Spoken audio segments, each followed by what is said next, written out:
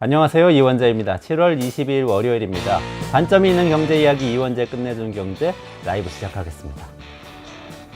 저희 끝내주는 경제에서 한 달 전에 바이든 대통령 사퇴로 나오고 사퇴할지도 모른다고 전망을 했었어요. 근데 진짜로 오늘 새벽에 사퇴를 발표했습니다. 미국 민주당 대선 후보직을 사퇴를 한 건데요. 미국 국민에게 편지를 썼어요. 편지에 이렇게 썼습니다. 지난 3년 반 동안 우리는 위대한 진보를 이뤘습니다. 미국 경제는 강해졌고 최초로 흑인 여성을 대법관으로 임명했고 역사상 가장 중요한 기후 법안을 통과시켰습니다. 하지만 저는 당과 국가를 위해서 제가 후보를 사퇴하고 남은 기간 국정에 집중해야 한다고 믿게 되었습니다. 그러면서 자기보다 22살 어린 카말라 해리스 부통령을 새로운 후보로 지지를 하는 이야기를 남겼습니다. 근데 바이든도 아마 알 겁니다. 만약에 카말라 해리스가 트럼프를 이기고 미국 대통령이 된다면 사람들은 해리스를 영웅으로 만들 거예요. 해리스를 기억할 겁니다. 근데 만약에 해리스가 지면 어떻게 될까요? 도널드 트럼프가 미국 대통령이 다시 되었어요. 그러면 아마도 사람들은 바이든을 원망할지도 모릅니다. 역사는 무대에 선 사람들을 기억하고 무대에 선 사람들을 영웅으로 만듭니다. 무대에 선 사람들의 것입니다. 그런데 그렇기 때문에 일반적으로 정치인들이 권력을 절대로 놓지 않으려고 그러죠. 계속 점점 더 큰 권력을 가지려고만 하죠. 그러다 보니까 민주주의가 난장판이 됩니다. 하지만 정치인에게 정말 중요한 게 뭘까요? 정말 중요한 것은 좋은 사람으로 기억되고 위대한 정치인으로 기억되는 것보다 어떤 세상이 만들어지느냐 아닐까요? 무대 뒤로 물러나는 사람이 역사에 기록되지는 않을지도 모릅니다. 하지만 무대 뒤로 물러선 사람이 오히려 역사의 물줄기를 바꿀 수도 있습니다. 만약에 트럼프가 11월 대선에서 낙선하고 해리스가 새로운 대통령이 된다면 그 시작은 바이든이 오늘 새벽에 했던 아주 외로운 결심, 그게 아니었을까요? 이런 사실을 기억하는 유권자들이 많아져야 사실은 정치가 품격을 회복하고 우리의 민주주의가 사생결단의 난장판에서 벗어날 수가 있을 겁니다. 품격을 지키면서 물러나는 사람, 양보하고 헌신하는 사람, 이런 사람들을 조금 더 기억하는 그런 유권자들이 되도록 우리도 노력을 해야 되겠습니다. 오늘 방송 소개해 드리겠습니다. 가장 일주일 동안 핫한 뉴스 살펴보는 퀵뉴스 시간입니다. 슬로우뉴스 이정원 대표하고 같이 하고요. 김학균 신영증권 리서치센터장 나오십니다. 지금 미국 대선에 굉장히 큰 변수가 생겼잖아요. 트럼프가 급부상하더니 바이든이 사퇴했습니다. 이 다음에 미국 대선 전후에 세계 경제 어떻게 변할지 김학균 센터장하고 깊이 있게 파헤쳐 보겠습니다. 네, 그럼 먼저 이정환 슬로우뉴스 대표님 미리 나와 계세요. 오늘 퀵뉴스 시간입니다. 어서 오세요. 안녕하세요. 네, 안녕하십니까? 네. 아이고, 오전에 그냥 큰 뉴스가 엄청 터졌어요. 네. 미국에서도 그렇고 한국에서도 네. 그렇고. 네. 미국 얘기부터 살펴보죠. 네, 바이든이 사퇴한다는 그 트위터 메시지, X 메시지를 올린 게 미국 현지 시간으로 오후 1시 46분이고요. 네. 한국 시간으로는 새벽 2시 46분입니다. 그러니까 트위터 올리기 1분 전에 이제 백악관 직원들에게 이야기를 했다고 하고요. 그 전까지는 전혀 알려지지 않았었죠. 한국 신문들은 이게 새벽에 나는 소식이라 아침 신문에 전혀 소식이 담기지 않았습니다. 제가 빠르게 이걸 정리를 해봤고요. 트럼프와 바이든의 그 TV 토론 이후 3주 동안 정말 충격과 혼란 그리고 엄청난 그 카오스 상황이었는데 이 정도면 질서 있는 퇴각이라고도 볼 수 있겠습니다. 후보가 확정된 상태에서 현직 대통령이 연임을 포기하는 건 역사상 처음이라고 그러고요. 뉴욕타임즈는 미리 또 기사를 다 준비해 둔 듯 하루 몇 시간 사이 기사를 엄청나게 쏟아냈는데요. 한마디로 마침내 굴복했다라는 표현을 썼습니다. 사실 이제 제 발로 내려오지 않을 거다. 굉장히 또 강력한 의지를 보이고 있다. 그리고 또 하느님이 내려오라고 할 때 내려오겠다라고 했고 가족들이 유일하게 말릴 수 있다고 했는데 질 바이든 여사도 응원한다라는 말을 계속해서 이게 이 전망이 좀 불확실했죠. 근데 결국 아까 말씀하신 대로 품격 있게 그리고 더 큰 승리를 위해서 물러난 상황입니다. 8월 19일 전당대회를 한 달도 채 남겨두지 않은 상황이고요. 최근까지만 해도 미국 그 민주당 지지자들도 65%가 바이든이 사퇴해야 된다라고 말할 정도로 그리고 후원자들도 계속해서 이제 돈을 끊겠다라고 해서 이제 더 버틸 수 없는 그런 상황이기도 했습니다.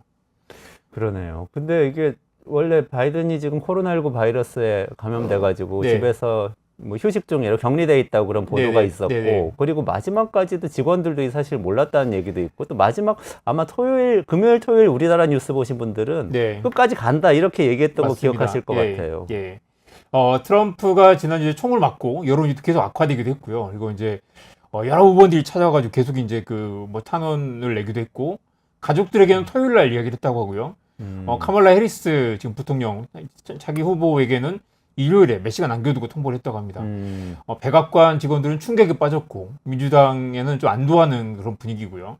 뉴욕타임즈나 이제 워싱턴 포스트 같은 이제 상대적으로 좀 진보적 성향의 신문들이 또 강력하게 또 후보 교체를 요구해 왔는데 평생 공직에 헌신해온 그에게 어울리는 마침표 코다라는 표현을 썼고요. 트럼프가 결코 하지 않을 일을 해냈다. 자신의 자존심과 야망보다는 국익을 선택했다라고 엄청나게 지금 환호하는 그런 분위기입입니다. 아, 그렇군요. 뉴욕타임즈 보니까 거의 네. 5분에 한 건씩 기사가 네. 계속 뭐 속보가 올라오던데 네. 진짜 뭐 사퇴론을 계속 펼쳤잖아요. 네. 뉴욕타임즈가. 그래놓고 이제 준비를 해둔 듯이 막 기사를 쏟아내고. 이번에 보니까 정말 그 뉴욕타임즈 워싱턴 포스트는 막 거의 뭐 현장에 뛰어들어가지고 플레이어로 행동했다고 볼 수 있습니다. 그러니까 미국의 객관적 저널리즘이라고 생각했는데 또 이럴 때 보니까 네. 그게 아니고 확실한 또 주관이 있어요. 네. 그렇군요.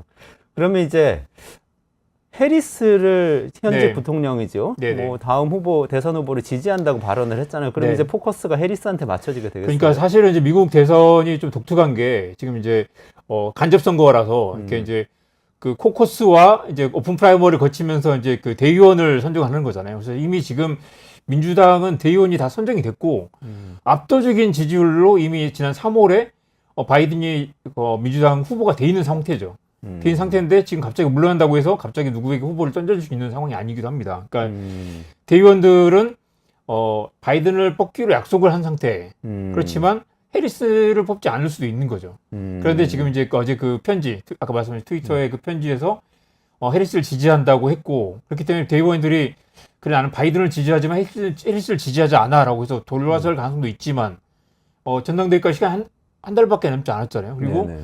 사실 다른 후보가 없는 상태고 지난 몇 시간 동안 상황을 보면 다른 후보가 그러면 내가 하겠어라고 나오지도 않은 상태라서 자연스럽게 아마 해리스로 넘어갈 가능성이 크고요.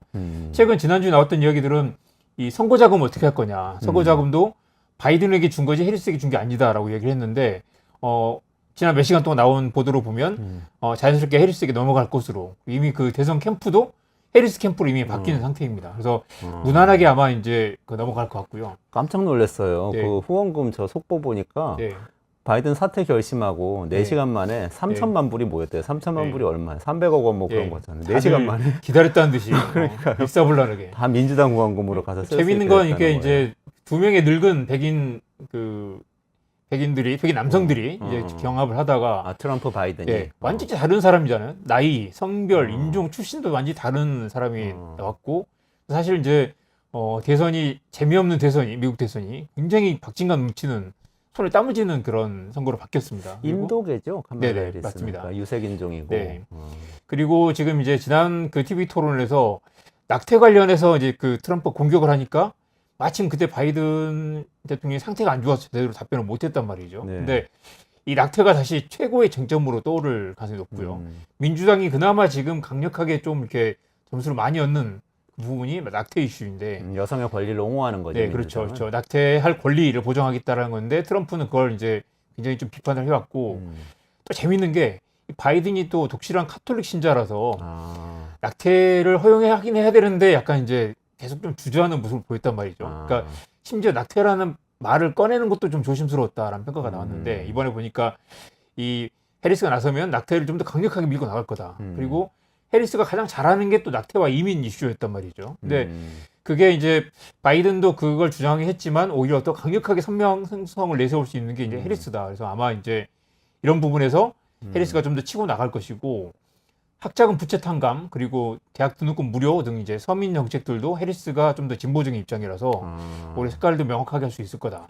다만 이민과 낙태는 또 공화당이 강력하게 공격하는 그런 이슈라서 아마 그게 이제 TV 토론이나 선거에서 계속 그게 쟁점으로 떠오를 상황이고요.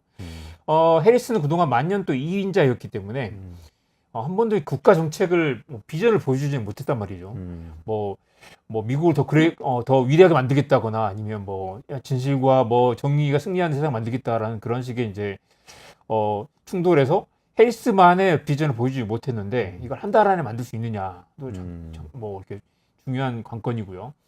인플레이션 감축법이나 우크라이나 지원 등등의 기본적인 정책 철학은 이제 그대로 바이든을 이어갈 것으로 보이고, 의외로 지금 이제 지지율이 또 뭐 나쁘지 않다라고 하는 게, 바이든 지지율을 거의 그대로 가져가면서 오히려 약간 더 그 카말라 해리스가 좀 더 1, 2%포인트 정도 좀 더 올라갈 수도 있다라는 전망이 나오고요. 지난 일주일 동안 그 여론조사에서는 거의 비슷했는데, 분위기가 좀 반전되지 않았습니까? 우리가 한 달 동안 트럼프 총격 이야기만 할 거다라고 했는데, 맞아요. 지금 판이 바뀌어서 지금 완전히 좀 이렇게 이 트럼프의 그 총격 이슈를 뒤덮고 민주당의 반전, 민주당의 새로운 변신 그리고 젊고 이 소수인종 출신의 해리스가 등장한 상황이라서 이런 컨벤션 효과가 이제 얼마나 지지율을 끌어올릴 것인가. 그리고 의외로 또 해볼 만한 이야기가 나오는 게 펜실베이니아주, 미시건주, 위스콘신주 이 강압주 3개 지역에서만 이기면 승산이 있다고 하는데 이 그런 이야기도 하죠. 트럼프가 지지율이 많이 올랐다고 하지만 트럼프는 원래 바닥도 얕고 이 상단도 그 높지 않다는 거죠. 오른다고 해도 크게 오르지 않는다. 트럼프는. 천정이 명확하다. 네, 천정이 명확하다. 그래서 이제 오히려 해리스가 새로운 바람을 일으킨다면 반전을 만들 수 있다라는 얘기가 나옵니다. 그동안에 화제가 됐던 대선 후보들 있잖아요. 해리스가 2020년에도 그 대선 후보로 경선에 나왔다가 이제 사퇴 중간에 네네. 했었는데 네네. 그 사이에 이제 피터 부티지지나 네네. 뭐 이제 대선에 안 나왔지만 알렉산드리아 오카시오코르테스 AOC라고 부르는 맞습니다. 네. 표상년들의 네네. 표상인 미국 네네. 정치인이죠. 네. 그분들 다 해리스 지지선을 바로 딱 냈더라고요. 그렇죠. 그리고 오늘 바로 제가 들어오기 전에 보니까 10시 30분 기준으로 워싱턴 포스트가 또 작정하고 하원 의원들에게 전화를 다 돌려가지고 누구를 지지하겠느냐라고 물어봤어요. 그래서 하원 의원이 263명인데 벌써 159명이 그 설문을 받아가지고 159명이 지지한다. 그리고 경선을 해야 한다고 한 답변은 딱 한 명뿐이고요. 이대로 가면 이미 지금 가반이 넘은 상태잖아요. 159대 1이에요. 그러니까 네. 현재까지. 네.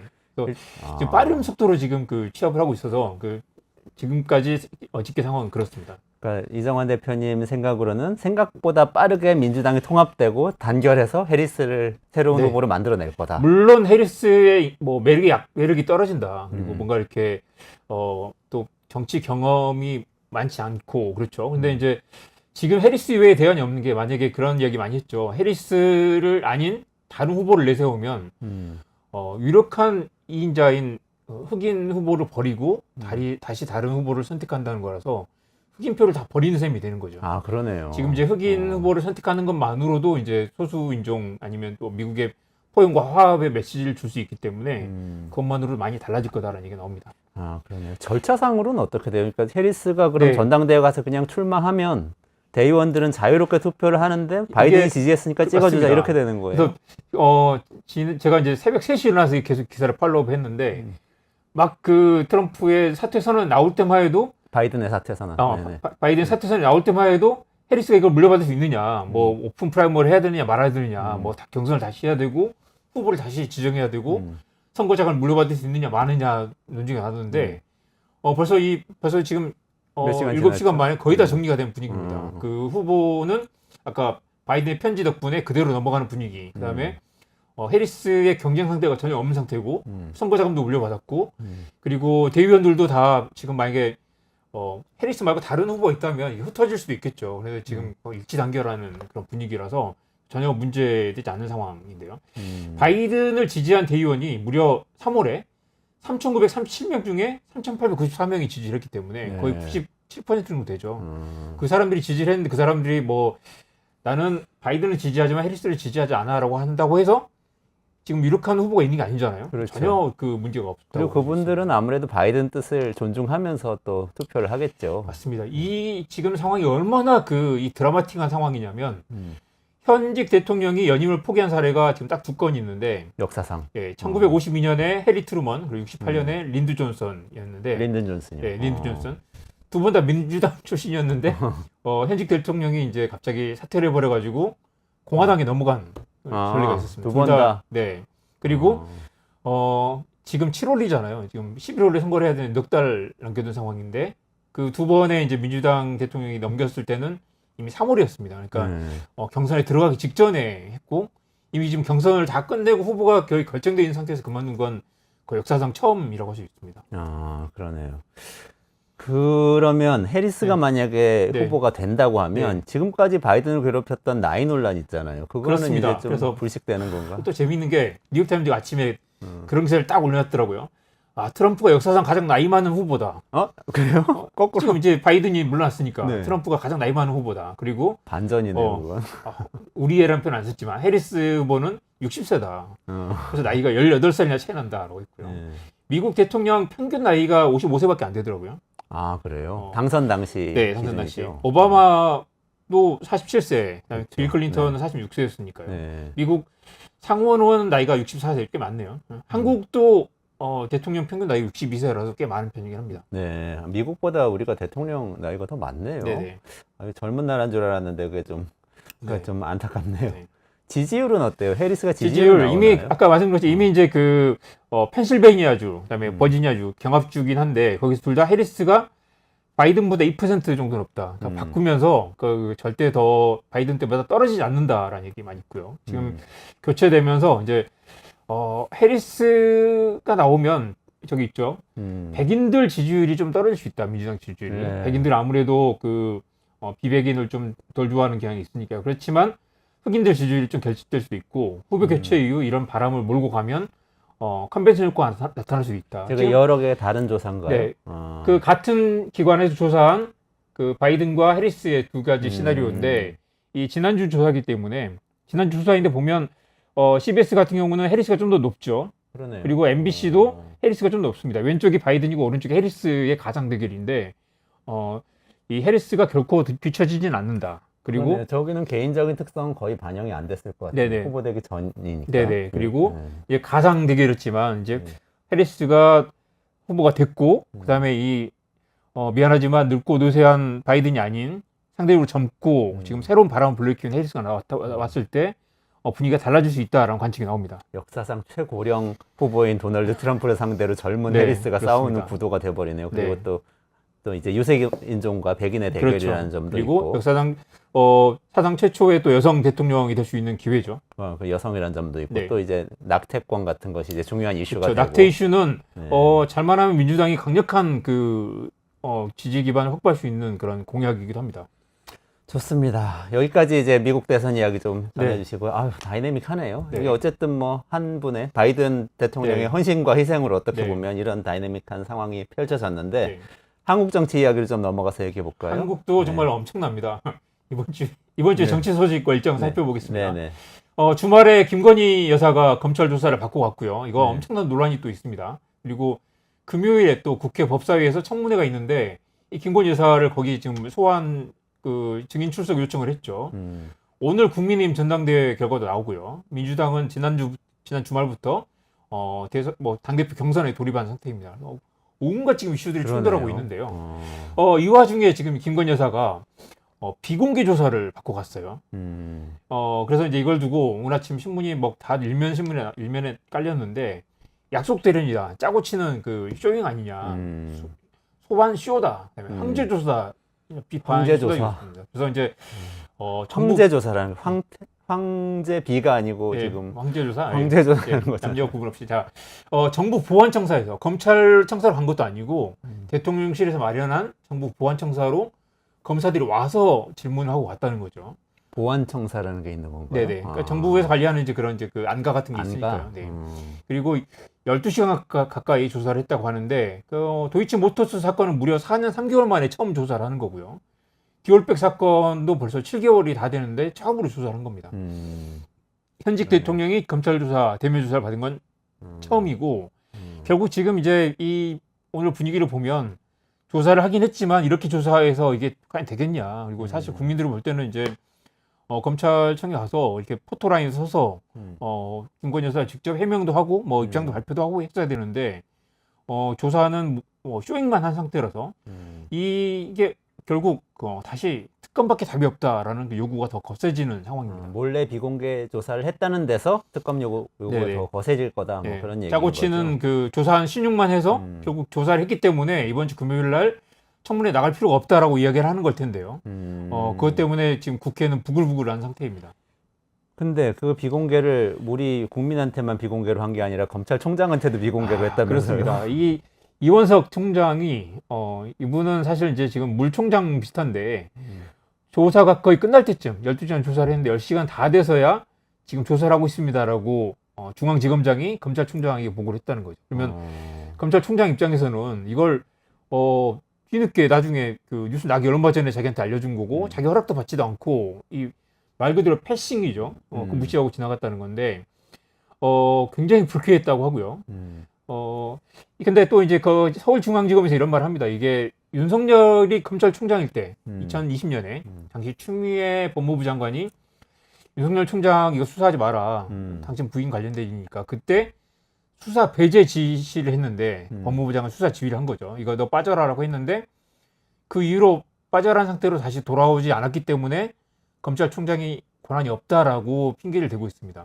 그 무슨 말이에요? 그러니까 근데 그 당시에 한 케이스에 대해서 그렇게 아니요. 그 당시에 도이치모터스 사건을 수사하지 말라고 수사하지 말라고 총장한테 그 당시 법무부 장관이 총장에게 지시를 했기 때문에 지금 총장도 바뀌고 법무부 장관도 바뀌고 심지어 정권까지 바뀌었는데 아직까지도 그걸 핑계로 이원석 총장은 이거 관할할 수 없다라고 주장을 한다는 거죠. 그거는 너무 말이 안 되는 거. 당시에 그 본인이 총장 본인이 관련이 있는 사건이니까 맞습니다. 배제를 시킨 건데 지금 총장 다른 사람이고 전혀 지금 심지어 그분이 그 총장이 지금 대통령이 된 상황인데 그러니까요. 오히려 독립적으로 수사를 해야 될 검찰총장을 배제한다는 것도 아무튼 논리가 너무 꼬여서 사실 설명하기도 쉽지 않습니다. 이원석 총장은 반발을 하나요? 어때요? 반발하죠. 그래서 지금 일부에서는 이제 이원석 총장과 이원석 총장도 쇼잉하고 있는 게 아니냐라는 관측도 있었는데 그런 것 같지는 않고요. 진짜 화가 난 것 같습니다. 오늘 아침에 방금 전에 이제 기자들을 만났는데 엄청나게 또 이제 반발을 했어요. 그래가지고 법 앞에 애외도 특혜도 성격도 없다라는 말을 했습니다. 그리고 그런데 이런 원칙이 제대로 지켜지지 않았다. 굉장히 좀 강력한 발언을 한 거죠. 보고를 받지 못했는데 지금 저기 화면에 나오죠. 보고를 받지 못했는데 검찰청을 제대로 이끌지 못한 것도 내 책임이다. 그 말은 뭐냐면 이놈들이 나에게 보고를 하지 않는 이런 상황이 그리고 내 책임이다. 내가 그 통솔을 잘 못해서 이런 일이 벌어졌다고 얘기를 한 거죠. 근데 그들은 잘못한 것이다라는 걸 얘기한 거겠죠, 네, 사실은. 그리고 그게 이놈들이 나를 이렇게 무시하다니 이런 얘기를 한 거죠. 그런데 임기가 일단 9월 말까지고요. 사실은 이 사람도 지금까지 뭘 했나라는 생각이 들긴 합니다. 지금 도이치모터스도 그렇고 디올백 사건도 그렇고 지금까지 계속 내버려 두다가 임기 말에서 지금 이제 정치적 압박이 있으니까 지금 김건희 여사가 검찰 조사까지 받게 된 상황 아니겠습니까? 결국 지금 탄핵 요청도 있고 하니까요. 근데 이분이 지금 와서 나를 빼놓고 수사를 하다니, 아니 나를 빼놓고 뭉개려고 하다니라고 발끈하는 것도 약간 애매하긴 합니다. 검사들이 지금 서초동 검사들이 특히 친윤 검사들이 이런 말을 했다고 합니다. 문재인 정권 때 비슷한 일을 겪었던 성렬이 형이 왜 그럴까? 그 말은 뭐냐면 지금 이원석이 똑같은 일을 겪고 있는 거죠. 나름 수사를 하는데 수사에서 배제당하고 이원석은 잘만 하면 강직한 검사의 포지셔닝을 할 수도 있을 텐데 이분은 또 그렇게 또 세게 싸우지는 않았어요. 그런데 지금 패싱을 당하고 있는 양상은 좀 비슷하긴 합니다. 그러니까 정권 차원에서 검찰총장을 무시하고 건너뛰고 있는 상황인 거 맞죠? 실제로 어떻게 해서 이 패싱이 일어났는지 정황에 대한 기사가 좀 있나요? 어때요? 그러니까 지금 이미 지난 5월에 검찰총장의 버젓이 있는데 검찰총장을 건너뛰고 서울중앙지검 검사들을 다 갈아치워 버렸죠. 그때 5월에 교체된 검사들 대부분이 도이치모터스 사건을 수사하는 1팀, 2팀, 3팀과 그다음에 지금 디올백 사건을 수사하는 검사들이 다 지금 교체된 상태입니다. 그러니까 사실 이원석 총장이 나름 이거 한번 수사를 해야 됩니다라고 이야기한 뒤로 손발을 다 잘라버린 상황. 그런데 지금 이제 지금 이 서울중앙지검장 이창수 검사는 또 윤석열과 가까운 사이라고 하죠, 대통령과. 이 사람이 지금 총장을 건너뛰고 나름 대통령 부인을 소환 조사했을 때는 대면 조사했을 때는 나름 대통령실과 교감이 있었겠죠. 어떤 소통이 없진 않았을 텐데 대통령실과 다이렉트로 소통하면서 정작 자기 직속 상관인 검찰총장한테는 아무런 보고도 하지 않은 상태니까 이분은 완전히 지금 무시를 당한 상황이고 굉장히 화를 내거나 아니면 지금 사퇴를 하거나 해서 뭔가 이렇게 액션을 해야 될 텐데 지금 사퇴하기는 좀 너무 늦었고 모양도 빠지고 지금 사퇴한다고 해서 뭔가 정치적으로 얻을 수 있는 게 많지 않은 상황이기도 합니다.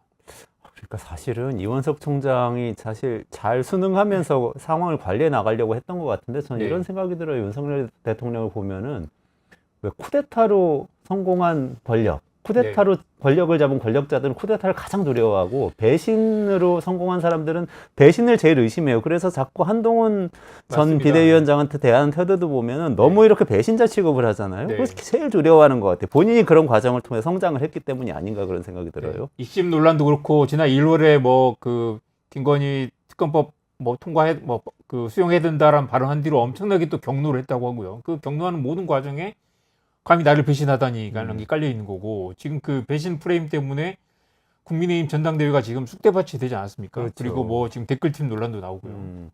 그렇게 됐는데도 지금 사실은 잘 관리하면서 넘어가 보려고 했던 검찰총장마저도 패싱하게 된 거는 본인이 네. 검찰총장 할 때 네. 그런 어떻게 보면 이제 권력 유혹에 눈이 먼 수사를 함으로써 성장한 경험이 있기 때문에 네. 누구라도 그런 유혹에 빠질 수 있다 이런 의심을 이원석 계속하는 거 아닌가. 총장조차도 의심을 하거나 못 믿는 상황인 거죠. 그런 상황이네요. 네. 좀 안타깝네요. 그러면 지금 이런 상황하고 지금 사실 그 청문회가 진행되고 있잖아요. 네. 탄핵 청문회. 네. 거기에 이제 김건희 여사 소환해야 된다는 얘기들이 그러니까 지금 이게 연결돼 지난 있어요. 그 이야기를 보면 그 국회에서 요청한 청문회에 정당한 이유 없이 출석을 하지 않으면 벌금 물거나 사실 징역도 살 수 있거든요. 그런데 대통령실은 지금 이제 이런 말을 했다고 합니다. 위헌과 유법적인 사안에 타협할 생각이 없다. 그러니까 대통령 부인을 청문회 부른 게 위헌이라는 말인지 이것도 참 이해가 안 되지만 그 무슨 말이냐면 국회 청원 지금 이제 뭐 130만 명, 140만 네네, 명이 지금 140만 청원에 명. 동의를 했잖아요. 그 청원을 이유로 청문회를 하는 게 불법이다라는 그런 논리를 펴고 있는데요. 이게 이제 보니까 2020년 문재인 정권 말기에도 문재인 정권 중반에도 그 탄핵 청원이 10만 명이 넘은 적이 있었습니다. 근데 그때는 20대 국회가 임기 만료되면서 이걸 논의를 하지 못했죠. 그렇기 때문에 국회 청원을 이유로 청문회할 수 없다라는 주장은 일단 설득력이 좀 약한 상황입니다. 근데 대통령실 관계자 이런 말을 했다는 건 김건희 여사는 출석하지 않을 거다라는 걸 이미 사실상 선전포고를 한 상황이고 민주당이 주도한 이 청문회에서 핵심은 김건희 여사와 최은순 그 장모를 불러다가 뭔가 물어봐야 되는데 그 알맹이가 빠져 있는 상황이죠. 그러네요. 거기 출석하지 않기 위한 어떤 명분을 만드는 과정으로서 비공개 검찰 조사를 한 것일 수도 있다. 지금 이렇게 연결할 수도 있겠네요. 맞습니다. 이미 그 조사를 했고 검찰 조사에서 뭐 어떤 결과 나올 거니까 지켜보자. 그리고 검찰이 수사를 하고 있는데 무슨 특검이냐라는 식으로 이제 논리를 펼 수 있겠죠. 알겠습니다. 아유, 시간이 많이 갔는데 민주당 얘기로 잠깐 넘어가서 네. 짧게 좀 네. 정리해 주시면 좋겠습니다. 민주당 경선도 진행 중이잖아요. 지금 민주당과 조국혁신당 조국혁신당. 둘 다 이제 네. 그 당대표 지지율이 압도적으로 조국혁신당 99%고요. 민주당 이재명 후보 지지율은 94%. 지금 이제 한 달 동안 계속 이제 나눠서 그 경선을 할 텐데 재밌는 건 이변이라고 할 수 있는 건 정봉주 전 의원 지금 이제 공천도 받지 못한 이 의원이 8명의 최고위원 후보 가운데 압도적인 1위를 기록하고 있습니다. 그래서 정작 김민석 의원 등 이제 친명계 후보들이 부진한 모습을 보여서 당혹해하는 그런 분위기도 있고요. 어떻게 보면은 이 당원들의 마음을 조금 엿볼 수도 있는 그렇죠. 그런 민주당이 느낌이 있네요. 지금 그 이재명으로 우리 어대명, 확대명이라는 말도 하죠. 확실히 대표는 이재명이라는 말도 하는데 내부적으로는 이제 그런 그 견제하는 분위기도 깔려 있다. 또 한편으로는 또 정봉주 의원은 또 워낙 사고를 많이 쳤잖아요. 쳤지만 여전히 또 강성 팬덤들 중심으로 또 뭉치는 그런 분위기가 있다는 거죠. 그렇군요. 조국 혁신당은 뭐 이변은 없는 거죠. 조국신당은 이미 이제 압도적인 거의 99% 지지율로 무난히 연임에 성공했고요. 이분이 또 전투력이 또 지금 만땅입니다. 그래서 뭐 술 취한 선장을 끌어내려야 한다. 대통령 얘기. 예. 탄핵과 퇴진을 위한 모든 방안을 강구하겠다라고 뭐 엄청난 지금 그 강성 발언을 쏟아내고 있습니다. 아, 그렇군요. 경제 뉴스 짧게 한 두어 가지만 살펴볼게요. 네. MS발 클라우드 대라는 뭐 많이 뉴스가 나왔고 깊게 분석은 해야 될 텐데 네. 낡은 시스템의 역설 뭐 이런 얘기도 그렇죠. 있더라고요. 뉴욕 지하철이 멀쩡했다라는 얘기 나오고요. 네. 샌프란시스코 교통국도 전혀 피해를 입지 않았는데 아예 인터넷이 연결이 안 돼 있었다고 합니다. 아, 그래요? 이제 뉴욕 지하철 맞아요. 엄청 그리고 낡았는데. 최신 소프트웨어를 쓰지 않거나 업데이트를 안 됐기 때문이기도 하고 중국은 또 MS 점유율을 계속 낮추고 있다고 하고요. 지금 이제 이번 사건의 교훈은 뭐 미국에 보면 막 그 비행기도 못 뜨고 막 난리가 났죠. 네. 블루스크린 뜨고요. 근데 네. 이게 이제 소수의 빅테크에 의존하는 이 초연결 시대의 취약선이다. 그리고 아무리 그 최고의 기술이라고 하더라도 단일한 플랫폼에 의존하는 게 굉장히 위험하다라는 그런 반성을 하게 됩니다. 한국 기업들은 상대적으로 국산 클라우드를 병행해서 쓰도록 그 정부 규제가 있었기 때문에 네네. 거의 피해가 많지 않았습니다. 아, 그렇군요. 요거는 나중에 깊이 한번 살펴보도록 하겠습니다. 네, 상속세는 인하하겠다고 계속 정부에서 드라이브를 거는 거죠? 네네. 그 민주당도 사실 이제 일괄 공제 상향 그리고 좀 이제 그 비율을 낮춰주자라는 데 동의를 하고 있어서 어느 정도 논의가 진척될 것 같은데요. 최고 세율이 뭐 OECD 가장 높다라는 얘기도 했는데 OECD 최고 세율은 26%고요. 한국은 60%입니다. 꽤 높고 이 50%입니다. 그래서 이제 그 세금 내다가 뭐 기업 상속권을 기업 경영권을 뺏긴다라는 얘기도 많이 있었고 그렇죠. 지금 그림을 보시면 그런데 눈여겨보실 부분이 있습니다. 상속세는 한국이 좀 높은 편이에요. GDP 대비 전체 비중에서 네네네. 0.71%니까 뭐 다른 나라보다 꽤 높고요.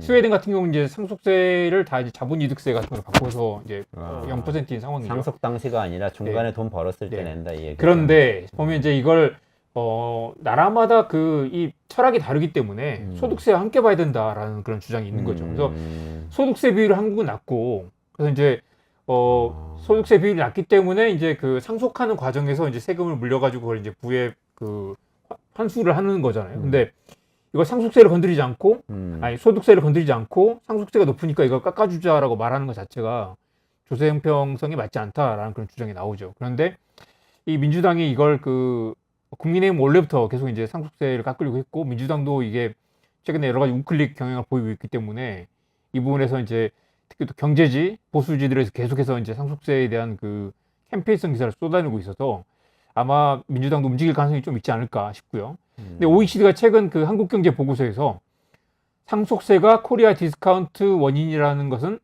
근거가 없다라고 지적을 했습니다. 아까 그런 이유에서 그렇죠. 하긴 그러네요. 그러니까 개념적으로 생각해 보면 상속세라는 거는 소득세를 뒤에 내는 게 상속세네요. 맞습니다. 벌어서 모아놓은 걸 나중에 돌아가셔서 물려줄 때 내는 게 상속세고 벌었을 때 내는 게 소득세고. 그렇습니다. 정말 답답한 게 이런 상속세 논란도 그렇고 종부세 논란도 그렇고 이게 단일 세금 기준으로 해서 뭐 깎자 말자 아니면 폐지하자 말자라는 얘기가 나오는데 이게 국가 전체 세금 플랜을 새로 짜야 되는데 그러니까 이번에 저희도 취재를 해보니까 종부세는 지금 국세고 뭐 그 이 부동산 관련 세금이 뭐 양도소득세랑 뭐 여러 가지 5가지로 쪼개져 있어가지고 이 세금의 출선한 뭐 이제 그 지출도 다 나눠져 있고 해서 여러 가지 뭐 이렇게 충돌이 있는데 그랜드 플랜을 세우는 그런 정치적 그 상상력이 없다라는 생각을 많이 하게 됩니다. 아, 그러네요. 윤석열 정부가 특별히 더 그런 것 같기도 해요. 이게 정책을 너무 정치적으로 접근을 하면요. 네. 그러면 아이템에 집중을 하게 되고 전체 전략을 얘기를 안 하게 되는데 네. 좀 그런 경향이 있는 것 같아서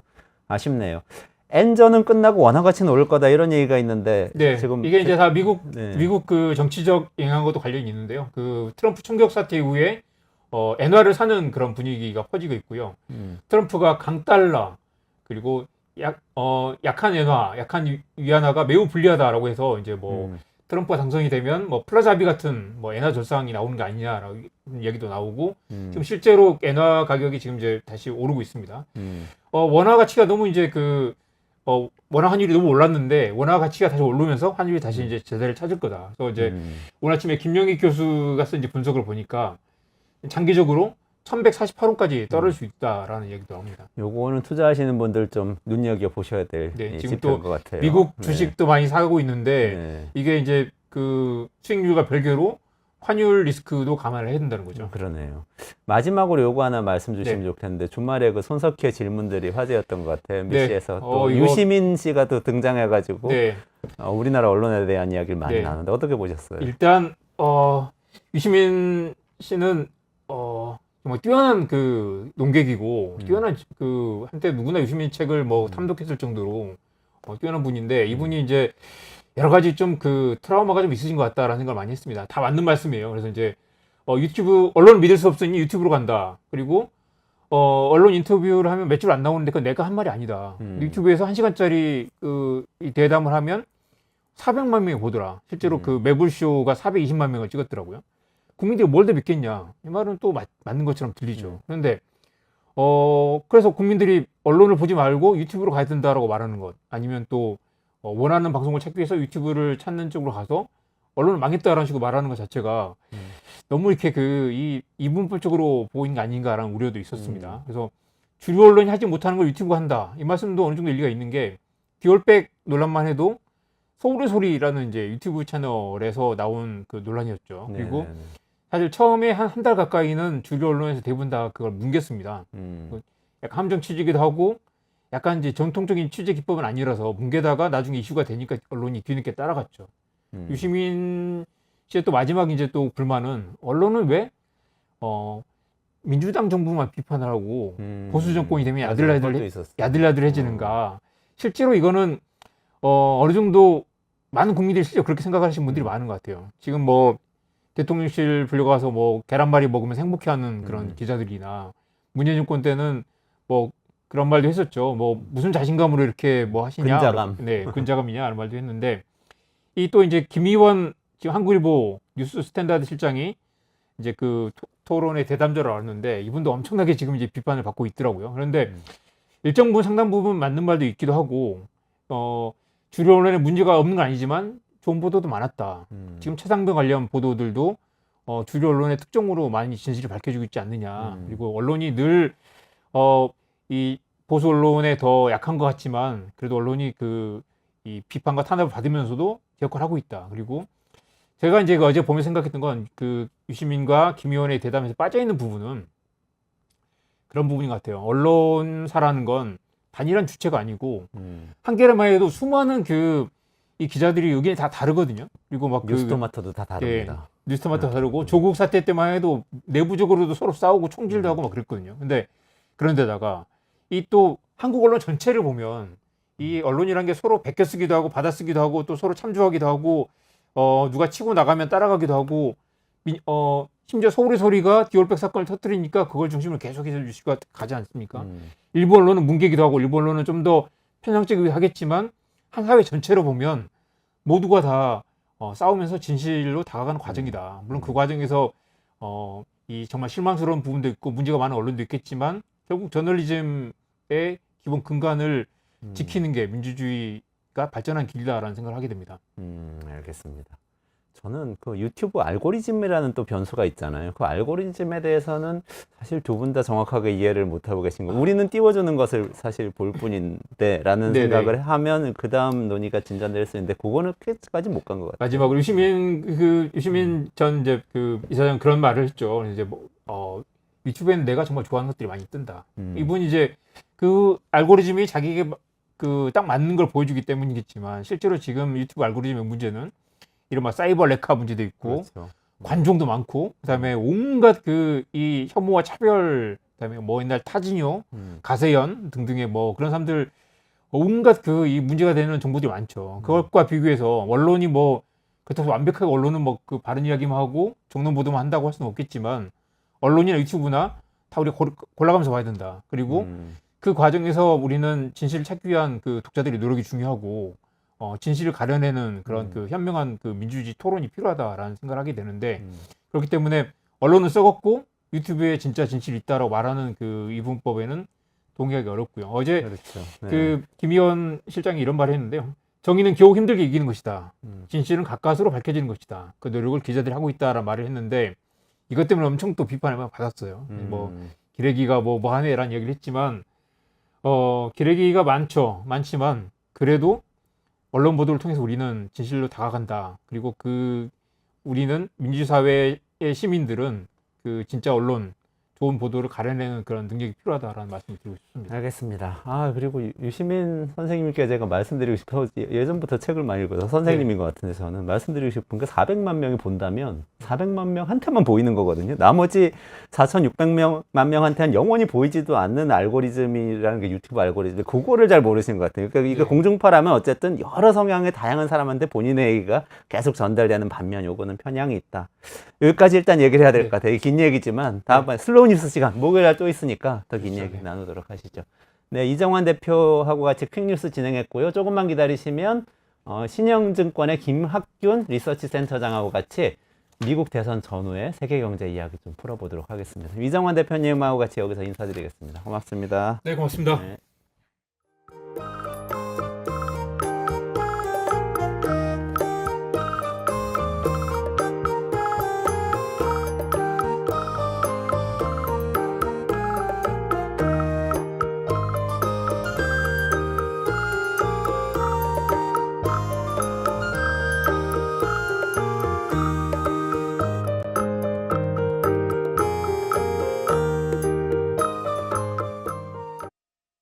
저희가 AI 모델에서 AI 모델이 얼마나 똑똑하냐, 덜 똑똑하냐를 좌우하는 중요한 것이 파라미터 개수가 이게 좌우한다고 말씀을 맞아요. 드렸는데 네. 이게 GPU가 커지면서 이 모델의 크기도 그만큼 늘릴 수가 있다는 게 중요합니다. 챗GPT 4.5가 지금 모델이 어마어마하게 큰데 이게 파라미터가 1750억 개가 쓰인 거거든요. 단순히 텍스트만 얘기하는 것이 아니라 여러 가지 동영상이라든가 여러 가지 멀티미디어 정보들을 처리하는 AI 모델을 만들기 위해서는 이번에 2.5배나 더 큰 GPU를 만들어주니까 어떻게 되겠습니까? 모델을 이제 2.5배 더 키울 수가 있게 되죠. OpenAI나 뭐 구글이나 MS나 이런 데들 보면은 더 자기들이 똑똑한 모델 만들 수 있다 경쟁이 있지 않습니까? 이번에 블랙엘이 나오면은 모델의 크기를 갖다가 파라미터가 7,400억 개짜리까지 늘릴 수가 있어요. 5배 늘어나는 거. 이걸 빨리 우리 손에 쥐어야만 더 똑똑한 AI를 만들 수 있을 것이다. 이런 생각이 드니까 이 엔비디아에서 만들었다고 하니까 저한테 해주세요 하면서 돈 싸들고 찾아가는 거죠. 네, 이원재 끝내주는 경제, 끝내주는 인터뷰 시간입니다. 김학균 신영증권 리서치 센터장 모시고요. 미국 대선이 지금 격변의 시기에 들어섰는데 트럼프가 떴다가 바이든이 사퇴했다가 해리스가 다시 뜨는데 이거 세계 경제에 어떤 영향을 미칠지 또 우리 투자에 어떤 영향을 끼칠지 알아보도록 하겠습니다. 안녕하세요. 어서 오십시오. 네, 반갑습니다.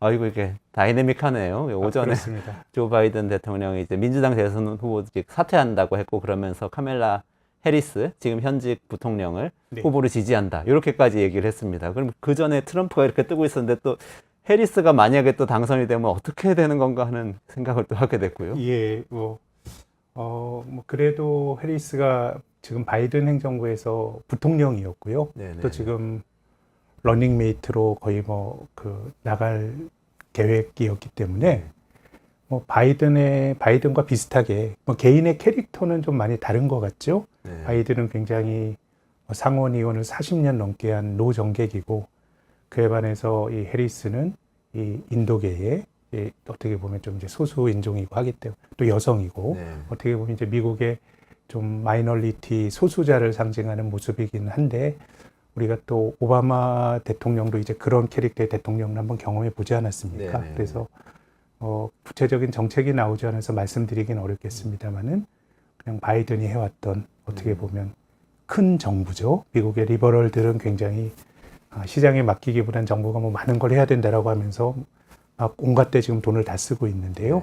어떻게 보면 큰 정부 또 바이든 행정부 때 못했던 증세 이건 좀 이슈가 될 것 같아요. 왜냐하면 바이든 출범했을 때보다 미국의 어떤 정부 부채가 상당히 이제 좀 늘어났기 때문에 예단하긴 힘듭니다만은 바이든의 어떤 정책이 조금 더 진보적인 날을 가지고 좀 전개가 되지 않을까 저의 사실 분석이라기보다는 감상은 그렇습니다. 예. 진보적인 바이든 정부 같은 색깔을 가질 수 있고 그렇다면 이제 조금 증세까지도 하면서 네. 이 재정 문제에 대해서는 어떻게 보면 약간 더 책임감 있게 할 수도 있겠다 이렇게 네, 들리는데 워낙 맞습니까? 재정 지출을 많이 썼고요. 네. 그에 비하면은 재정 지출을 늘려야 된다라는 거는 민주당과 같은 리버럴이 할 수 있는 정책인데 저는 조금 바이든 행정부가 비겁했다라고 생각하는 거는 증세에 대해서는 많은 논의가 있었지만 실은 그렇게 가시화된 증세 정책은 없었거든요. 네. 그렇기 때문에 제 생각에는 트럼프가 세금 깎아주겠다라고 하는 것도 저는 지금 미국 재정의 문제인 것 같고 또 민주당이 지금과 같은 재정 지출 기조를 계속 유지한다 그러면 어떻게든 이제 증세에 대해서는 좀 다음 정권에서는 바이든보다는 훨씬 더 좀 진지하고 현안으로 다뤄야 될 의제가 되지 않을까 생각합니다. 지난번에 나와주셨을 때 굉장히 깊이 있는 말씀을 해주셔서 저희가 많이 배웠는데 그 말씀 중에 왜 네.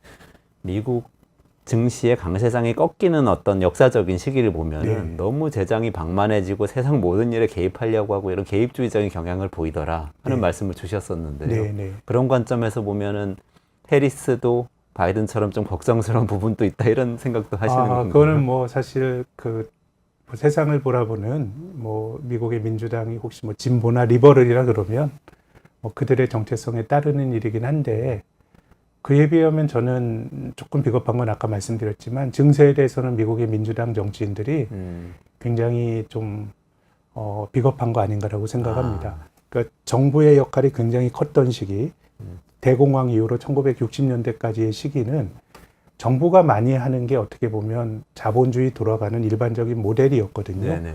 근데 그 당시에 미국의 최고 소득세율은 90%가 넘었거든요. 지금 뭐 그런 식의 증세를 하는 거는 말이 안 되지만 저는 쓰는 것만큼은 어느 정도 세금을 조금 올려야 되는 거 아닌가라는 생각을 갖고 있습니다. 지금은 지속 가능하지 않다라고 생각합니다. 아, 그렇군요.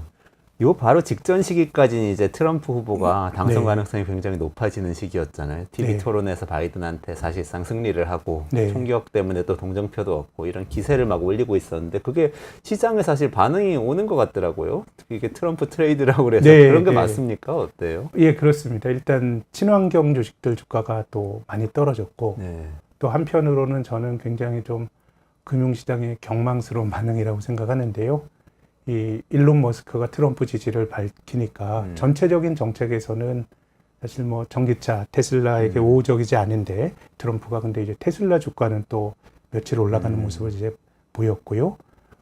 또 어떻게 보면 또 인프라 관련 주식들도 좀 올라가고 친환경 주식들은 떨어지고 했기 때문에 지난 한 주는 뭐 이것이 얼마나 지속성을 가진 현상일지를 뭐 말하기는 힘들지만 아무튼 트럼프 당선 가능성이 높아지면서 소위 금융시장에선 트럼프 트레이드가 나타났습니다. 트럼프 트레이드가 나타나고 그게 일각에서는 네. 그냥 트럼프 당선이 거의 확실해지니까 불확실성이 해소돼서 네. 그런 것이다 이런 관측도 있던데. 근데 저는 이런 생각이 드는 것이 어쨌든 정치가 굉장히 경제에 영향을 과거보다 많이 미치는 시기인 건 맞는데요. 네. 2016년 11월에 이제 미국 대선이 이제 끝났을 때 이 팀 쿡이라고 하는 그 애플의 CEO가 애플 직원들에게 사내 이 서한을 보냈습니다. 그 서한을 보면 무슨 독립운동 하는 사람 같아요. 이제 트럼프라고 하는 이런 사람이 당선이 되니까 사실 실리콘밸리는 약간 좀 그래도 인종이라든가 이런 거에 대해서 다양성이 있는 거 아닙니까? 네. 이 팀 쿡의 서한은 야, 이제 우리가 굉장히 큰 정치적 불확실성에 노출이 됐는데 그럼에도 불구하고 우리 씩씩하게 잘해보자라고 하는 내용이거든요.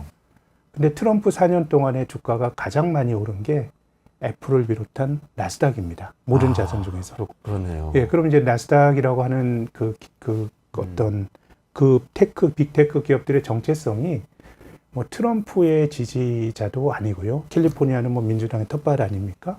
그러면은 저는 어떤 일이 벌어지게 되면 일종의 경로 의존성을 갖게 되죠. 직전에 있었던 일이 미래에도 영향을 주는데 트럼프가 됐건 아니면 민주당이 재집권을 하게 됐건 간에 저는 그 이전에 흐르는 흐름이 더 중요한 것 같거든요. 네. 지난 4년 동안 빅테크 기업들이 코로나 덕도 보고 어쨌든 전 세계에서 기술의 혁신은 그들이 하다 보니까 어떤 정치적인 호불호와는 무관하게 주가가 많이 올랐거든요. 네. 그런 관점에서 내년도에 미국의 신정부가 집권할 때 상황을 본다 그러면 저는 주식은 너무 많이 올랐고요. 트럼프 당선 때보다 밸류에이션이 굉장히 또 높아졌고요. 경기도 너무 좋았습니다. 네. 작년과 올해 잠재 성장률을 웃도는 성장을 했기 때문에 네. 저는 뭐 어떤 정치인이 당선이 되면 한 달 정도는 그런 어떤 기대를 투영할 수가 있는데 전체적으로 보면 저는 누가 되더라도 상당히 자산 가격은 높은 상황에서 출발하니까 좀 부담이 될 것 같고요. 경기도 지난 2년 동안 좀 아주 이상할 정도로 경기가 뜨거웠기 때문에 좀 유리한 환경은 좀 아니지 않을까 그런 생각을 하게 됩니다. 그렇군요. 지금 말씀하신 내용하고 어쩌면 직접적으로 연결이 될 수도 있을 것 같은데요. 트럼프 후보가 네. 대통령 당선이 유력해지는 그 과정에서 네.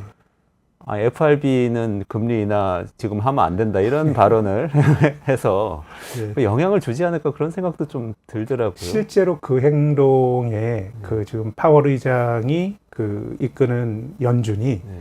트럼프 후보의 그 발언에 영향을 받지 않을지는 모르겠습니다만은 근데 이제 9월에는 미국 연준이 금리를 낮출 거다라고 하는 게 거의 기정사실처럼 되어 있거든요. 네. 그래서 만약에 연준이 금리를 9월 달에 못 낮추게 되면 제 생각엔 그 상황 자체도 어쨌든 금융시장이 낮출 거라고 기대를 하고 있는데 그게 충격이 되지 않으면 금융시장이 놀랄 것 같고 네. 또 트럼프라고 하는 인물이 굉장히 또 부담되는 상황을 이제 만들어 놨기 때문에 미국이란 나라가 실은 이제 뭐 굉장히 정치적으로 우리가 뭐 언론은 한국보다는 언론도 굉장히 좀 리버럴 하잖아요. 네, 뉴욕 네. 타임즈는 뭐 민주당 지지하고 네. 좀 결은 다르지만 뭐 폭스뉴스 같은 데는 그냥 트럼프 지지하고 네. 지금 파월 의장은 당적이 공화당입니다. 네. 당적이 공화당이고 제니 델런 전임 연준 의장은 네. 민주당이었고 네. 그럼에도 불구하고 중앙은행이 누가 집권하더라도 이제 나름의 어떤 중립성을 가질 거라고 하는 믿음이 있었는데 저는 바이든 대통령이 파월 의장 공화당원인데 그냥 지켜준 거거든요. 그럼요. 네. 그리고 누구입니까? 그 오랫동안 연준을 했던 앨런 그린스펀도 네. 뭐 아주 전형적으로 닉슨 행정부 때는 그 공화당 그 경제 스텝으로 들어가기도 했고, 근데 그 클린턴 대통령 장기간 할 때도 그냥 중용이 됐기 때문에 클린턴 대통령 민주당인데도 예, 어떻게 보면 이제 미국은 그런 쪽에 있어서는 이 어떤 그 정치적인 호불호와 또 전문가로서의 어떤 일을 하는 것에 대해서는 좀 이제 분리되어 있었는데 트럼프라고 하는 인물이 사실 이제 그런 질서에 대한 어떤 공격을 하는 거거든요. 그래서 네. 저는 뭐 파월 의장이 혹은 연준이 트럼프의 그런 말을 따르지 않을 거라고 생각은 하는데 근데 이번에 만약에 9월에 금리를 동결하게 되면 굉장히 많은 의혹과 연준이 가졌던 중립성이나 이런 것들이 좀 훼손이 될 여지가 있는 거 아닌가라고 생각을 합니다.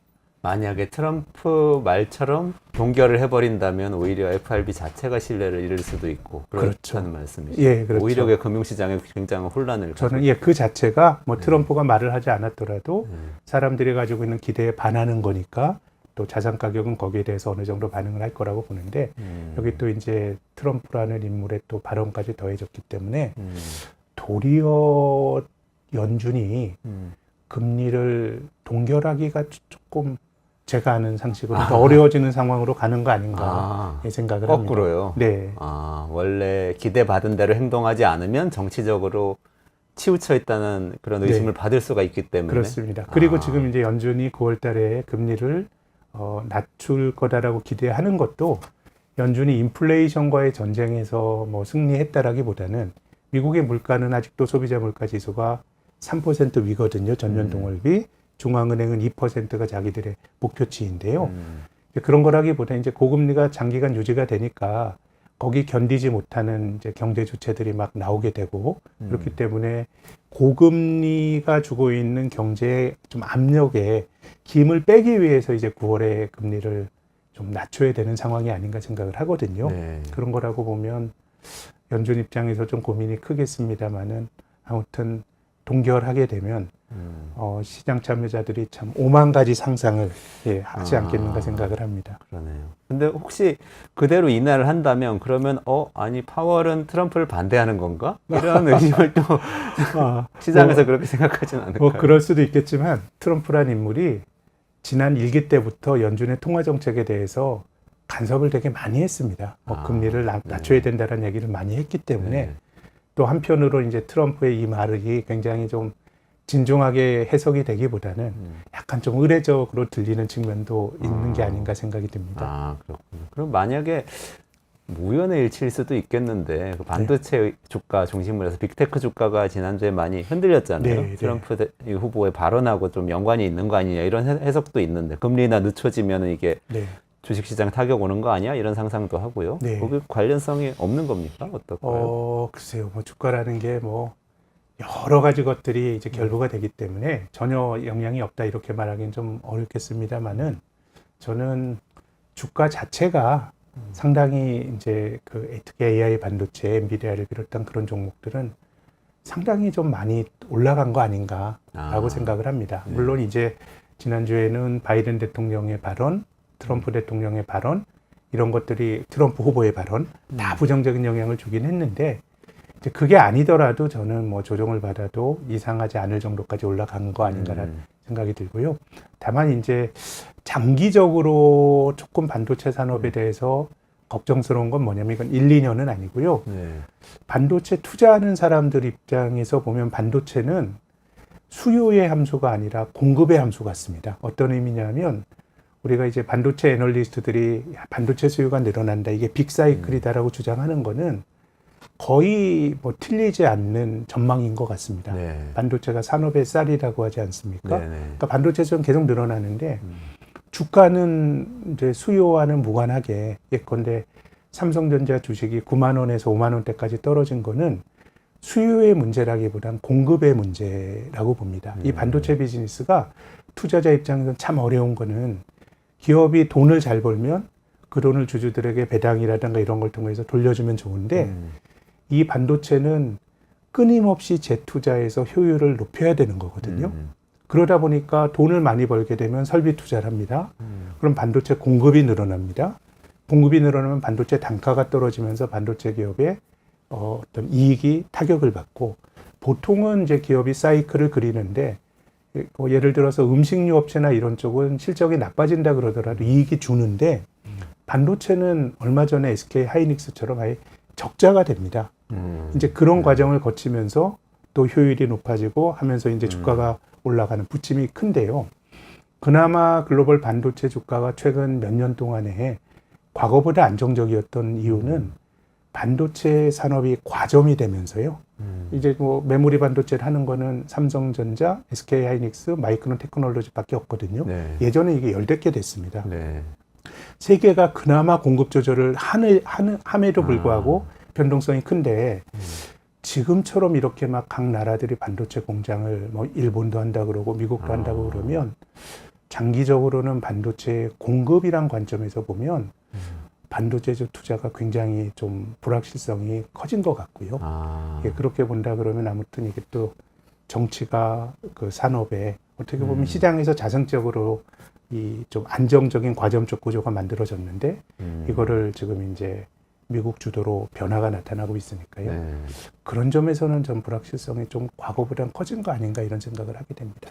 그런 관점에서 보면 바이든의 칩스법이나 또는 IRA나 이런 걸로 인해서 미국의 안에 반도체 투자를 많이 받아서 네. 공장을 짓게 만들겠다. 뭐 일종의 내셔널리즘을 이렇게 네. 가지고 온 것이 장기적으로는 공급 과잉 문제 때문에 반도체 네. 시장 전체가 좀 투자자 관점에서 흔들릴 수도 있다. 이런 저는 해석이 그럴 수 듭니다. 있다고 생각합니다. 우리나라도 뭐 미국에 공장을 짓고 하겠지만 어느 나라나 그 나라에 있는 공장을 이제 빼면서 미국에 공장 짓는 건 되게 힘든 일이거든요. 네. 뭐 여러 가지 뭐 지켜보는 눈이 많으니까요.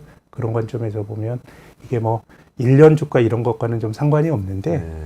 길게 보면은 좀 반도체 산업과 관련해서는 이제 공급 과잉과 관련된 리스크가 저는 좀 커졌다라고 보는 쪽입니다. 길게 보면은 이게 많은 업체가 시간이 지나면 시장 원리에 의해서 과점화된 것처럼 네. 어떻게 보면 한 번에 또 시장 구조가 바뀌는 그런 일이 벌어질 수도 있겠네요. 저는 예, 여러 가지 그림이 그려질 수는 있는데 투자자 입장에서는 상당히 좀 안정적인 과정 구조가 한 2008년 글로벌 금융위기 전까지만 하더라도 메모리 반도체 업체가 많았고요. 네네네. 그래서 메모리 반도체 사이클이 꺾이면 단지 이익이 줄어드는 게 아니라 부도나는 기업들이 막 나오고 그랬거든요. 네.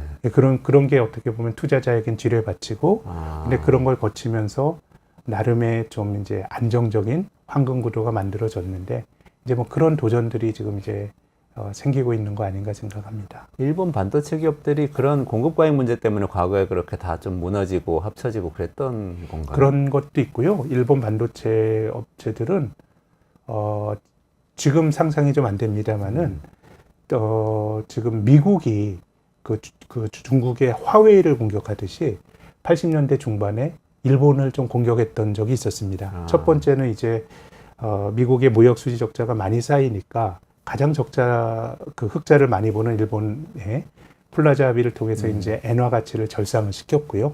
또 한 가지는 이 반도체 미일 반도체 협정이란 걸 맺었는데요. 네. 이건 전 일본 입장에선 굉장히 불평등 조약이었다고 봅니다.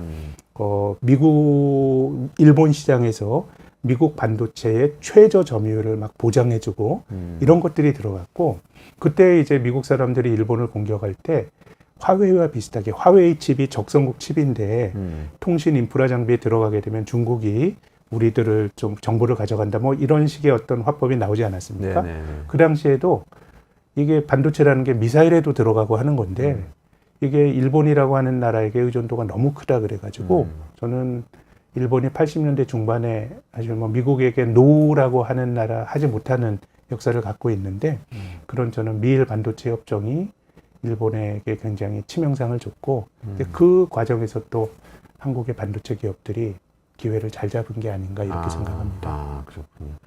그럼 트럼프 후보는 뭐 여러 가지 측면이 있을 수 있지만 또 바이든이 했던 IRA 같은 건 자기는 네. 폐지해버리겠다 이런 얘기도 하고요. 네. 근데 또 한편으로는 트럼프가 훨씬 더 보호주의적이고 자국 우선주의적일 거란 전망도 있고 그런데 어떤 방향으로 해석을 해야 될까요? 참 뒤섞여 있는 것 같습니다. 근데 그래도 트럼프를 비롯한 공화당에서도 약간 트럼프를 좀 이제 극우라고 하기에는 또 적합진 않은 것 같긴 한데 그래도 이제 트럼프와 유사한 주장을 하는 사람들이 공감하는 거는 친환경에 대해서는 굉장히 좀 적대적인 시각을 갖고 있는 것 같습니다. 네. 그렇게 본다 그러면은 조금 이제 걱정이 되는 거는 바이든 행정부가 이런저런 재정 지출을 많이 늘렸는데 그 방향 중에 하나가 친환경 쪽에도 어떻게 보면 투자를 굉장히 많이 했기 때문에 바이든 행정부 때 했던 투자가 약간 좀 그 매몰 비용이 되지 않을까 그런 걱정이 있고요.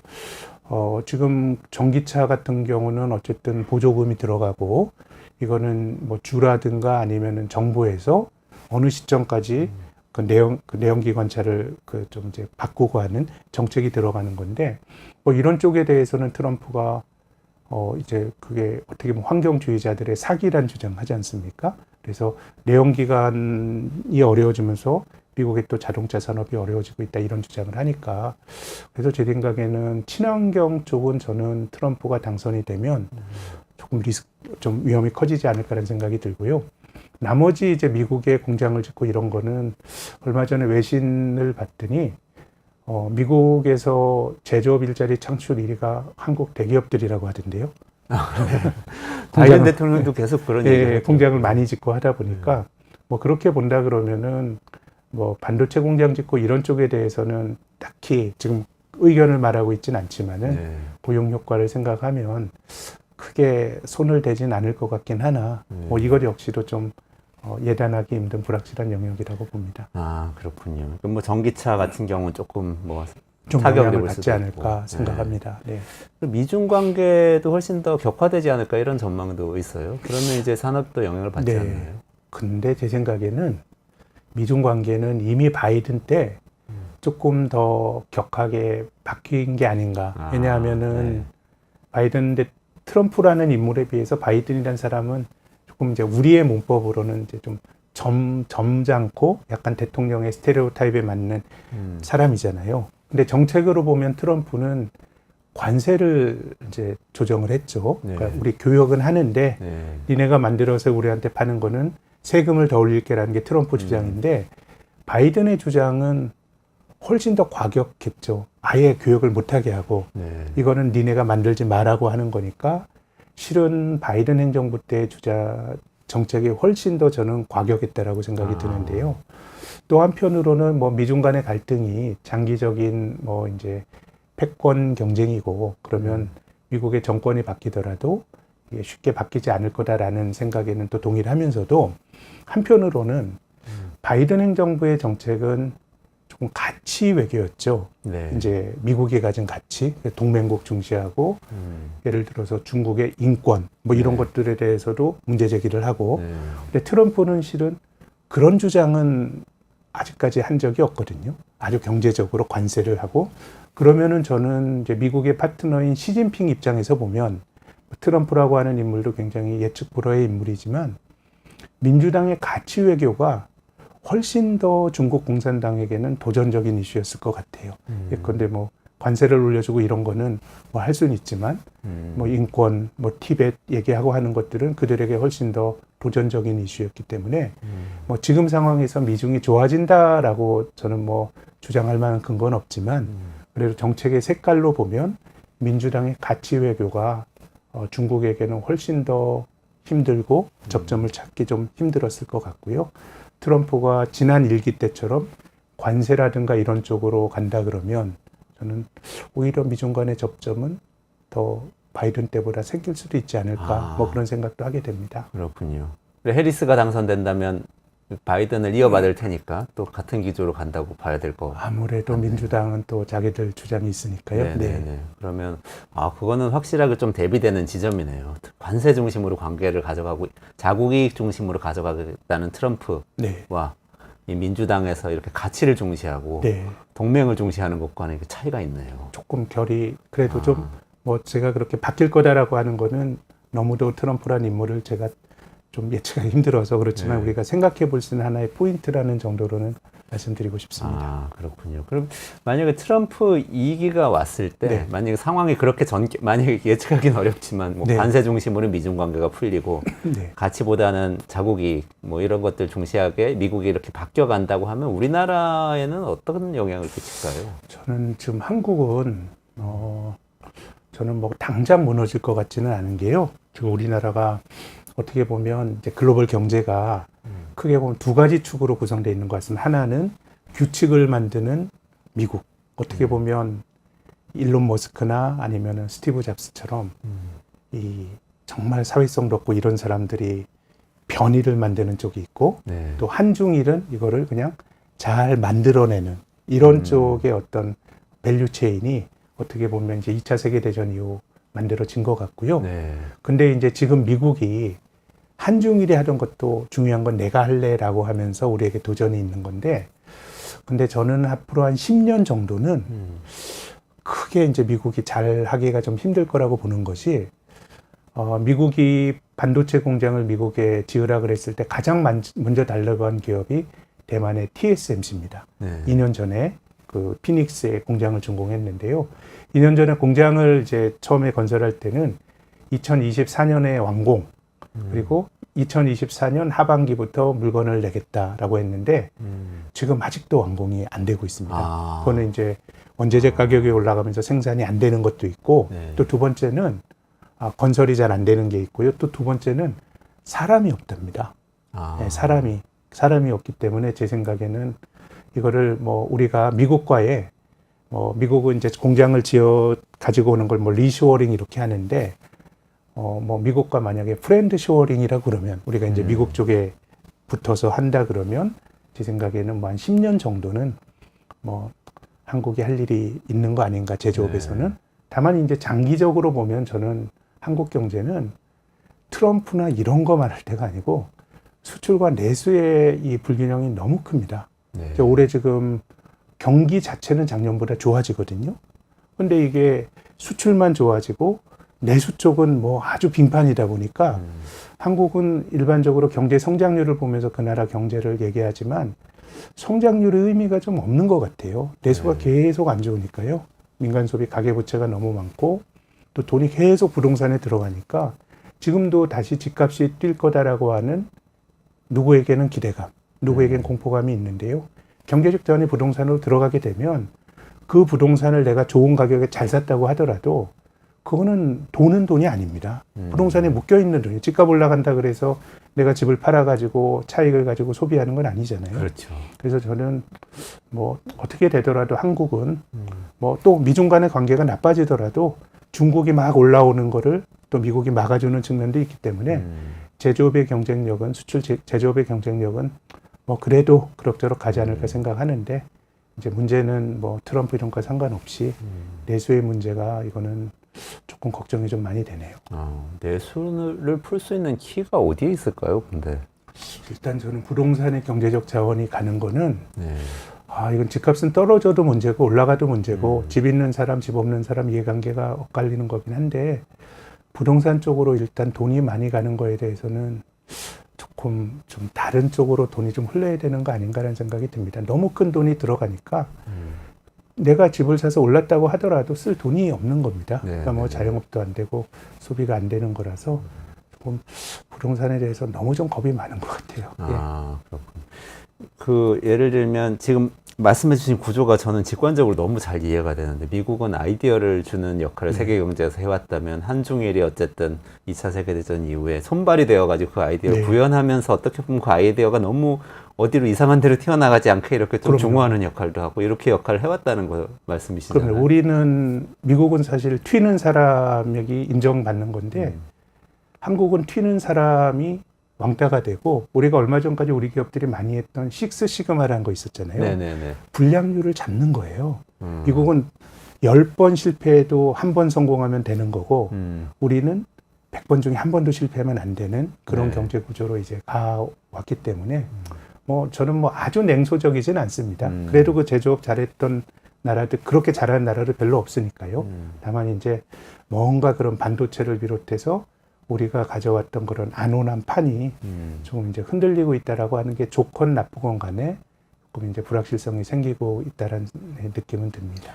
그렇지만 거기서 생긴 부를 우리 내수 경제 안에 돌게 만드는 건 또 다른 문제라서 다른 그거는 조치가 조금, 필요하다. 그건 조금 다른 것 같아요. 네. 예, 이제 뭐 그 낙수 효과라는 게 우리가 그렇다고 해서 수출 기업이 잘 되는 건 그나마 다행이긴 한데 그것과 내수는 분리해서 봐야 될 것 같아요. 지금 뭐 수십 년 동안 안 되는데 안 된다고 보고 다른 대책을 세워야지 그게 뭐 낙수효과로 나올 거다라고 하는 거는 저는 한국에서는 이제 미신이라고 생각합니다.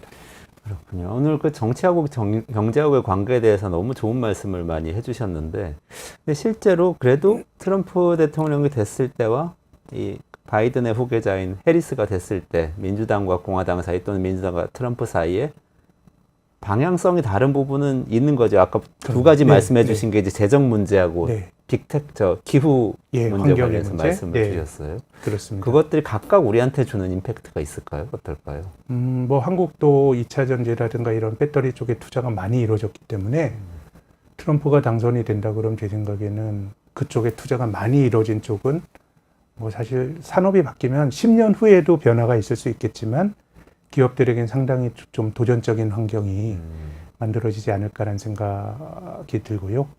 그리고 이제 미국의 뭐 달러 가치라든가 환율 이런 것들이 좀 중요할 것 같은데요. 그래서 저는 만약에 민주당이 집권하면 증세에 대해서 어떤 이슈를 가져가느냐가 되게 중요할 것 같고 트럼프가 당선이 된다 그러면 진짜 세금을 깎아줬을 때 미국의 달러 가치가 괜찮을까에 대해서 좀 걱정이 되는데 근데 지금 이제 논의가 되는 걸 보면 트럼프는 소득세는 자기가 2016년 선거에서 이겼을 때 내려줬고 근데 이게 2025년에 일몰이 되거든요. 네. 그래서 2026년에 다시 이제 올라가는데 이거를 이제 영구적 인하로 가겠다라고 하는데 이건 할 것 같고요. 또 법인세도 많이 낮춰주겠다라고 주장을 하는데 근데 이제 요즘 미국을 보면 공화당이 그 미국의 친기업적인 어떤 기업들을 지지 기반을 하고 있다는 게 우리의 전통적인 생각이지만 요즘 미국에서 잘 나가는 기업들이 다 실리콘밸리에 있고 그들은 이제 트럼프의 지지 기반은 저는 아닌 것 같아요. 오히려 트럼프의 지지 기반은 뭐 전통 올드 인더스트리에 속하는 기업들도 있겠지만 빅테크나 실리콘밸리는 아닌 것 같고 그러면은 저는 트럼프가 법인세 인하에 대해서는 조금 말을 거둔다 그러면은 뭐 미국이 어느 정도는 좀 재정이나 이런 밸런스가 맞을 것 같은데 법인세까지 낮춰준다 그러면 제 생각에는 민주당은 증세를 안 했을 때 문제가 될 것 같고요. 네. 트럼프는 감세를 지금처럼 한다 그러면 미국 경제에 큰 도전이 전 올 거라고 생각합니다. 그게 실제로 나타난 건 달러 가치 하락으로 저는 나타나는 달러 걸까요? 가치 하락으로 나타나고 또 미국의 금리가 올라갈 수도 있다고 봅니다. 아. 달러가 약해지면서 네네. 이제 미국 달러에 대한 사람들이 의심을 하게 되면 높은 이자를 요구할 테고요. 예. 그렇군요. 마지막으로 이거는 정말 핫해서 궁금한데요. 네. 비트코인 얘기인데요. 트럼프가 친코인 대통령 뭐 이런 네. 친크립토 대통령 얘기를 하면서 네. 막 아니 그 코인도 사실 거래 수단이고 화폐 비슷한 거다 이런 발언도 하고 네. 그래서 이쪽 분야에선 많이들 관심이 치솟은 저는 것 같아요. 진짜 뭐 잘 모르겠는데 네. 근데 이제 가상화폐라는 도전이 기존의 화폐를 찍어내는 사람들의 권력에 대한 도전이라서 저는 가상화폐가 좀 쉽지 않을 거란 생각을 갖고 있었는데요. 네. 근데 그런 점에서 보면 이제 법화를 만들어낸 찍어내는 건 이제 연방준비제도지만 대통령이 그런 스탠스를 가진다 그러면 제 생각에는 가상화폐 쪽에서는 조금 뭐 좋은 물론 네. 가상화폐가 배당을 주는 것도 아니고 성장을 반영한 것도 아니라서 그런 스토리에 민감하게 반응을 하거든요. 네. 그런 거라 그러면 뭐 최근에 가상화폐 가격이 올라간 게 트럼프 당선되면 아주 좀 비합리적인 반응이라고 보진 않습니다. 아, 예. 그렇군요. 알겠습니다. 오늘 여기까지 좀 마무리를 해야 될 것 같은데요. 어떻게 잘 충분히 예, 말씀하셨어요? 말씀드렸습니다. 네. 예, 예. 고맙습니다. 오늘 그 트럼프 대통령 당선 시 또는 해리스 대통령 당선 시 미국의 정책이 어떻게 변하고 세계 경제가 어떻게 변할지 그게 투자자한테 어떤 영향을 미칠지 많이 아주 깔끔하게 잘 정리해 주셨는데 두 가지 재정 문제하고 이 기후 문제를 비롯한 이 테크놀로지 기업에 대한 태도 요거 두 가지를 좀 주시해서 보시면 좋을 것 같습니다.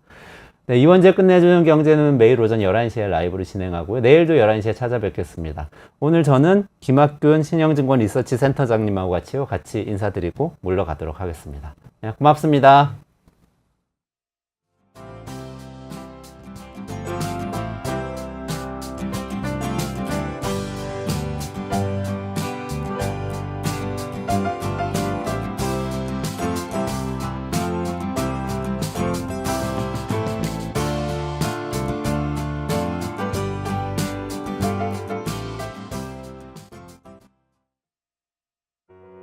우리 아이 재단에서 뜻을 함께할 정기 후원자분들을 기다립니다.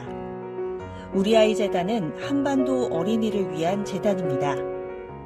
배고픈 어린이들에게 영양 가득한 국수를 보내고 영유아 자폐 조기 검사 지원, 베이비박스의 이유식 정기 배달, 중증장애 미취학 아동들을 지원하고 있습니다. 따뜻한 손길을 이어주는 분들께 우리 아이 팔찌와 감사 선물을 드립니다. 지속적인 지원을 통해 더 많은 어린이들에게 도움을 줄 수 있도록 정기 후원자가 되어주세요. 후원 문의 02-2128-3344, 2128-3344